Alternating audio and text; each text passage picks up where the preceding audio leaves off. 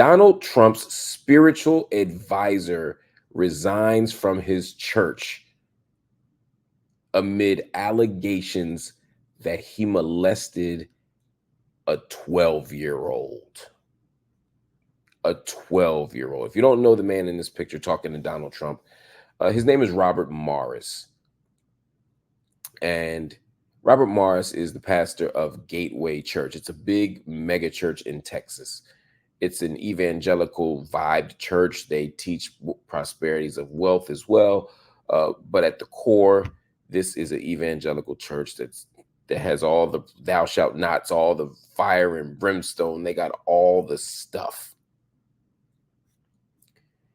Well, this man, Robert Morris, has recently come under fire because a young woman says that, or a woman, she's no longer a young woman, a woman says that he molested her in the 1980s. The 1980s. Now, to give you context, the young woman says that, and her name, by the way, is Cindy Clemishire. She said that she was routinely sexually abused by Donald Trump's spiritual advisor. She says the abuse started in 1982, and she remembers the date because it was Christmas, December 25th, 1982. And she said that for 4.5 years after that,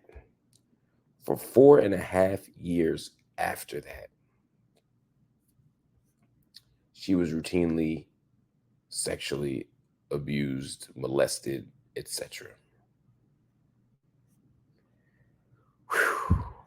Now, she was 12 years old at the time.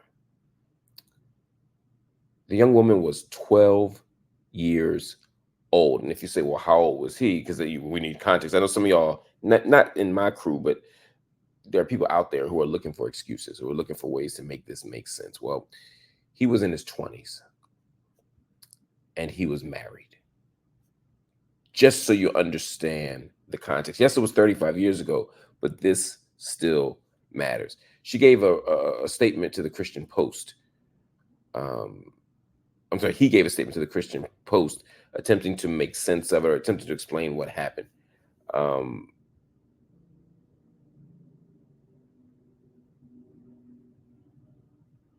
It was quite disturbing. Now, you could imagine the amount of pain, the amount of difficulty, the amount of challenge that it would take to come forward about this. She came forward, she told her story, and there were some people immediately who didn't believe her. There are people who didn't believe her story, or they believed her story and attempted to understate the significance of it. They began to kind of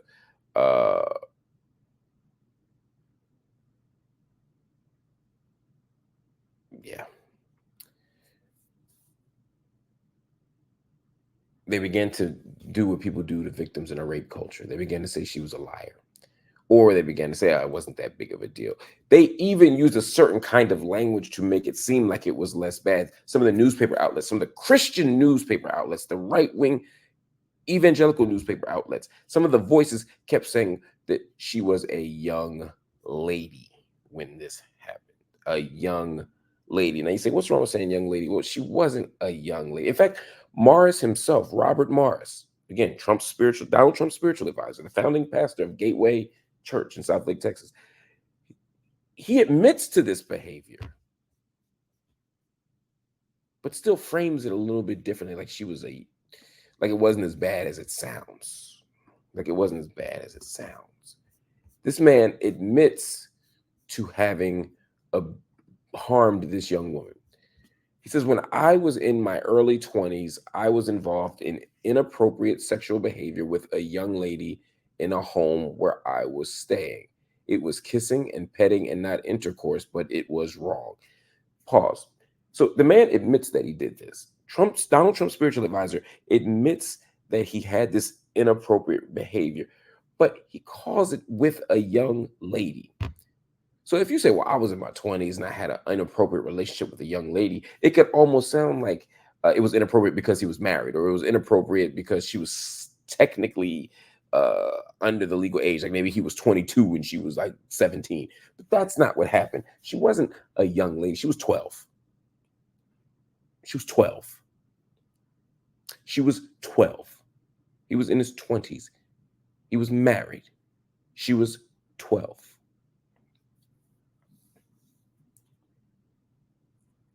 He said this behavior happened on several occasions over the next few years. He did all this in a statement. She was 12. Now, as you could imagine, she didn't like that language. Even though I'm sure she appreciated him taking accountability, she did not like this method. She said she was appalled by him calling her a young lady. She said, I was 12 years old. I was a little girl, a very innocent little girl, and he was brought into our home. He and his wife, Debbie, and their little boy, Josh. He was married with children, y'all. And trusted and preached at the church that my dad helped start, and then began grooming all of us to do this, which took me decades to wrap my brain around as an adult. It went on for many years. He says there was no sexual intercourse, but he did touch every part of my body. I'm going to stop here and issue a trigger warning. The next few sentences may be triggering. If you want to dip out into the next segment, I understand. Or if you want to just wait 2 minutes, I'll be done with this part. But I want to read this for the audience because I need them to understand that what Donald Trump's spiritual advisor did was not minor. What Mr. Morris did was not minor or small. I'm counting in now. 3, 2, 1. I want y'all to know I'm about to start. She said, he and his wife, Debbie, and their little boy, Josh, I trusted them and preached at the church that my dad helped start, and then began grooming all of us to do this. Took me decades to wrap my mind around it as an adult. It went on for many years. He says there was no sexual intercourse, but he did touch every part of my body and inserted his fingers into me, which I now understand is considered a form of rape by instrumentation. I was an innocent 12-year-old little girl who knew nothing about sexual behavior. You see, Mr. Morris was a traveling evangelist. He was going around the country, and this is what he was doing. You can find more information on the actual narrative of this young woman, which I think is important, or this not so young woman. She's in her 50s now. This was 1982, so we're talking, was that 40 plus years? Yeah, she's in her 50s. But the story doesn't stop there. He basically admits it, but now he's decided to resign from the church, or the church has kind of forced him to resign. This is a church with hundreds of thousands of members, or over 100,000 members. They're huge. They're influential. They shape policy. They shape consciousness. These are the people who consider themselves the moral stewards of America. These are the people that are always telling non-Christians or non-evangelical Christians or non-right-wing Christians that they're not living right, that they're going to hell. These are the ones that demonize everybody else. This person is not just a preacher who has fallen. Because look, people make mistakes. People do awful things. People find redemption. I'm not saying that those things are not possible. It's just the hypocrisy. It's just the hypocrisy that these are people who actively every day beat up on queer people. They beat up on people who cross-dress. They beat up on trans folk, and they always frame them as sexual deviants. They always make them seem as if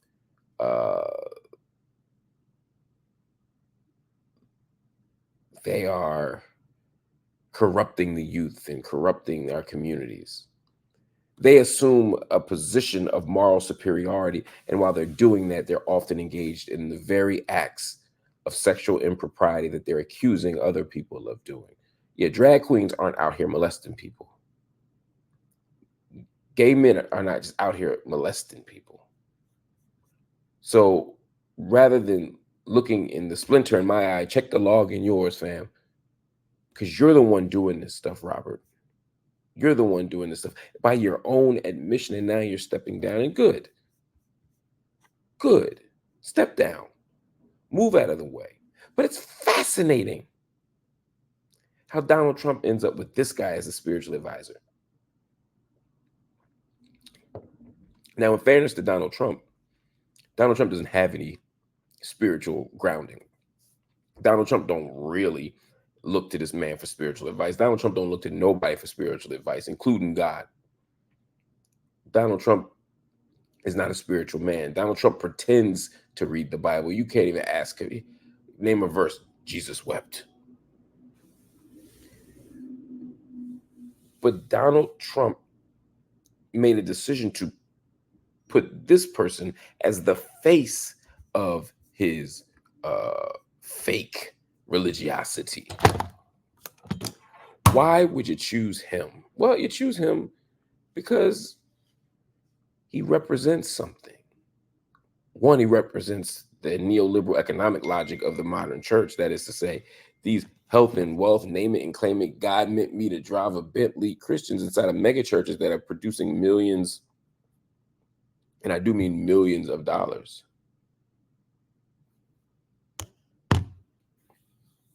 A week or a month, probably a week in that church.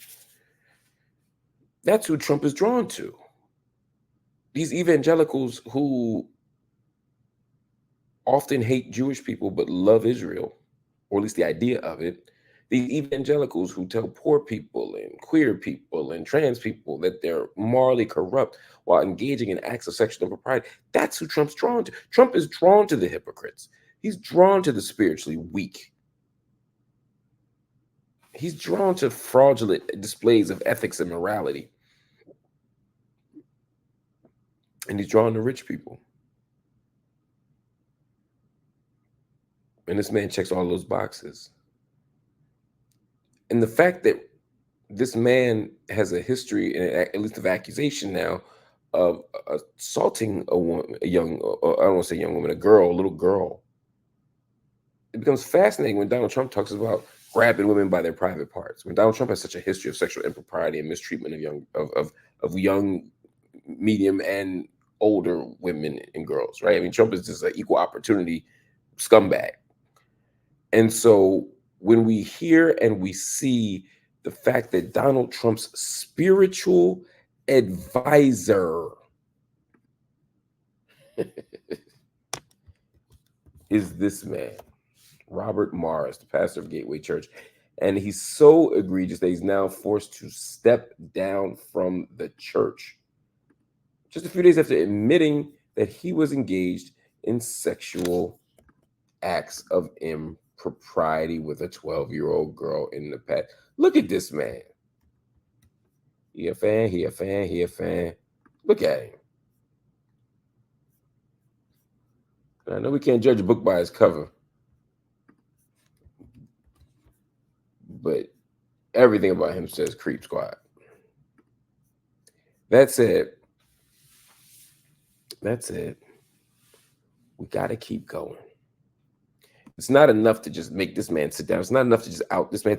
We have to force Donald Trump to be accountable for this, to at least to the conversation. Donald Trump, you called this man your spiritual advisor. What does that mean? Donald Trump, you said this man was your spiritual advisor, and he's turned out to be a sexual predator. How do you make sense of it? How do you reconcile that?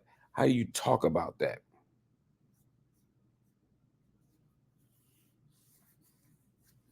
We can't let this be another thing that just passes. The stakes are too high. And when you start talking about these circles of presidents and politicians and this and that, it gets creepy. And it's fascinating because the right loves a good sex scandal. They somehow have every Democrat tied to Pizzagate and and abuse and molestation, and they think everybody was on Epstein Island, even people who clearly were not. They got all of these smoking guns allegedly for the left and for Democrats and for liberals and all for radicals and for progressives and all these different camps. They got all the sexual conspiracies you would ever want to know. But when it comes to an actual sexual conspiracy, when it comes to an actual person who's leading a huge Republican endorsing megachurch, now they don't want to draw any connections. Now they don't want to see who knows who. They don't want no guest lists. Something to think about. But now the right is so quiet. Can you imagine if this were Bill or Hillary Clinton's pastor? Can you imagine the kind of outrage there would be for Joe Biden? This is the problem.